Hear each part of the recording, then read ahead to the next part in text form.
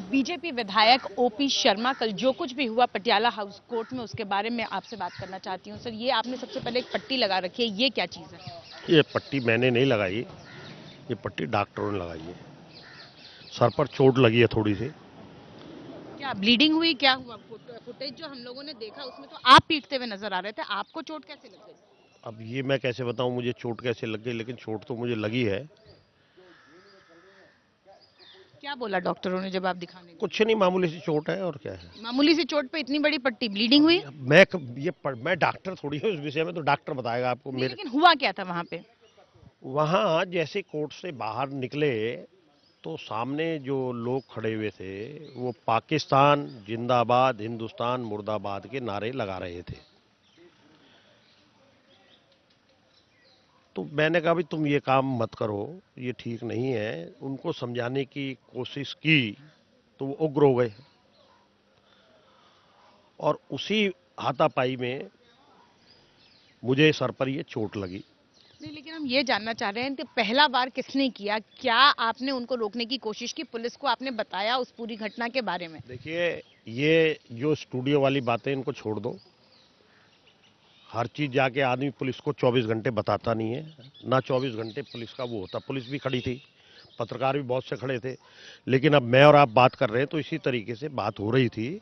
और मैं उनको बार बार ये कह रहा था कि आप पाकिस्तान के समर्थन में और हिंदुस्तान के विरोध में नारे मत लगाओ। इसी बात पे उन्होंने जो है हाथापाई पे वो उतारू हो गए और उससे मुझे चोट लगी। और उसके बाद फिर जब वो भागे तो हम उनके पीछे भागे और उसमें हाथापाई भी हुई। तो सारा सर, ये आप दिल्ली के चुने हुए नुमाइंदे हैं। निश्चित। आप हाथ में अगर कानून को लेंगे तो फिर बाकी जनता में क्या मैसेज जाएगा? आपको नहीं लगता कानून हाथ में नहीं लेना चाहिए था? मैं जनता को ये कहना चाहता हूं कि यदि कोई उसका सर फोड़े तो किस चीज का इंतजार करें? आपके आने का इंतजार करें?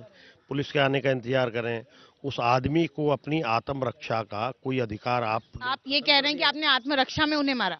और क्या करूं नहीं, तो अब? ये बताइए, तो फिर ये कौन से बोल थे? क्या ये विधायक के बोल हो सकते हैं कि मेरे पास बंदूक होती तो मैं गोली मार देता? हाँ, तो आप देशद्रोह की बात अगर करोगे तो मैं इस हिंदुस्तान का नागरिक हूं।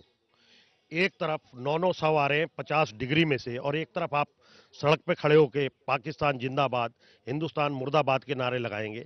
आज ये जो तर्क और कुतर्क स्टूडियो में हो रहे हैं, पहले लोग ये तय करें कि वो अफजल गुरु के साथ हैं, पाकिस्तान के साथ हैं, देशद्रोहियों के साथ हैं, या इस देश को जब वो जो ये कहते हैं कि हम शर्मिंदा हैं, अफजल तेरे कातिल जिंदा है। तो इस देश के अंदर इस संस्कृति का समर्थन करने वाले लोग तो ये तय करें कि उनको किसका समर्थन करना है। आपको अफसोस है आपके पास बंदूक नहीं थी नहीं, उस किस? वक्त? हाँ, बिल्कुल है। क्या इसमें दिक्कत है? मतलब मेरे देश को जो गाली दे रहा है, क्यों दे रहा है? किसने अधिकार दिया उसे गाली देने का?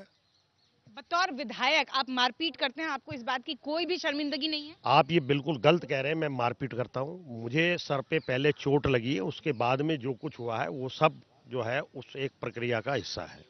सर, सीपीआई के जिस शख्स को आपने, जिस कार्यकर्ता के साथ आपकी बहस हुई, उस शख्स का कहाँ ऐसा... है वो आदमी?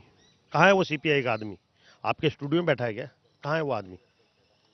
अगर उसको वो ठीक ठाक था, आके उसने क्या रिपोर्ट लिखाई है? लिखाई क्या रिपोर्ट उसने थाने में? आपने लिखवाई? हाँ, लिखवाई है, मेरी एमएलसी है। दिखाइए। तो ये उल्टा चोर कोतवाल को डांटे नहीं ये हो आप जाएगा कि ये आप लोग जो फुटेज दिख रही है ये उसमें आप तो आप मारते हुए दिख रहे हैं सर। आपकी जो मानसिकता है, इस देश को स्टूडियो नहीं चलाएगा। आप पहले ये तय करिए कि वो लोग पाकिस्तानी आतंकवादी और देशद्रोहियों का कौन, लाइन खींच के ये तय करना पड़ेगा कौन उनके समर्थन में और कौन उनके विरोध में है। कोर्ट को केवल और इंक्वायरी को अपने काम क्यों नहीं करने देते क्यों आप? काम नहीं करने दे रहे हम? इंक्वायरी कमीशन जेएनयू के कौन सा वाइस इंक्वायरी? चांसलर मुझे ने उससे क्या बिठाई है। लेना? मेरा सर फोड़ेगा आके? नहीं, तो आप अरे वहाँ क्यों इंक्वायरी मौजूद थे? तो आप उस मौजूद कोर्ट थे। में क्यों मौजूद थे? मतलब क्या आपके पास भी एक मैसेज आया था? एक मैसेज सर्कुलेशन की बात चल रही है व्हाट्सएप पे कि सारे वकीलों ने कहा कि वहाँ पे लाओ, मौजूद हो, क्या मैं आपके पास वकील था नहीं ना? हूँ। नहीं, तो आप क्यों गए थे? वही तो हम अरे जानना चाह भाई, रहे हैं। ये विश्वासनगर का भी मामला अरे नहीं है? भैया बात सुन लो ना, सारी कोर्ट कचहरी मत लगाओ। आप सुप्रीम कोर्ट के जज मत बनो। कल कोर्ट के अंदर अरुण जेटली जी का मुकदमा था और मैं उसमें साथ था। अच्छा, आप कन्हैया के मामले में नहीं गए थे? कन्हैया से मुझे कौन? देशद्रोहियों के साथ में क्यों जाऊंगा? मेरा क्या लेना कन्हैया से? मैं तो कोर्ट से बाहर रूटीन में निकल रहा था, वो सामने आके ये हरकत करने लगे।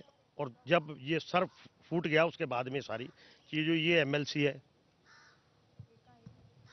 आपने रिपोर्ट कहाँ दर्ज कराई है? रिपोर्ट कहाँ दर्ज? थाने में रिपोर्ट चौकी पे कराई है, वो है आरएमएल की चौकी में। Injury on the head, pain in the neck.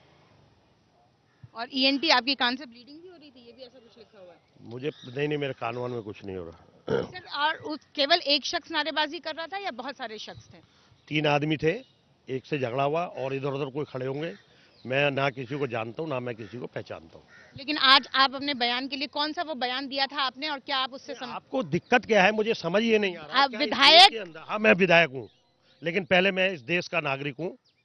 और जो आदमी आज बॉर्डर पे इतने लोग जो शहीद हो रहे हैं और यहाँ दिल्ली में खड़े होकर लोग इस देश को गालियां दे रहे हैं, भारत माता को गाली दे रहे हैं, पाकिस्तान जिंदाबाद कर रहे हैं, क्या ये तर्क और कुतर्क करके उनका समर्थन करना है या उनका विरोध करना, पहले ये तय करना पड़ेगा, उसके बाद बाकी बात होंगी। नहीं तो आप कानून अपने हाथ में ले सकते हैं। अरे मेरा सर फोड़ेगा, कानून क्यों नहीं हाथ में लूंगा? निश्चित रूप से लूंगा, इसमें दिक्कत क्या है? क्या आप पढ़े लिखे नहीं है? मैं अगर आपकी अभी गर्दन को पकड़ूंगा तो आप क्या करेंगे, एक्ट क्या करेंगे बताइए? आप कानून का इंतजार करेंगे?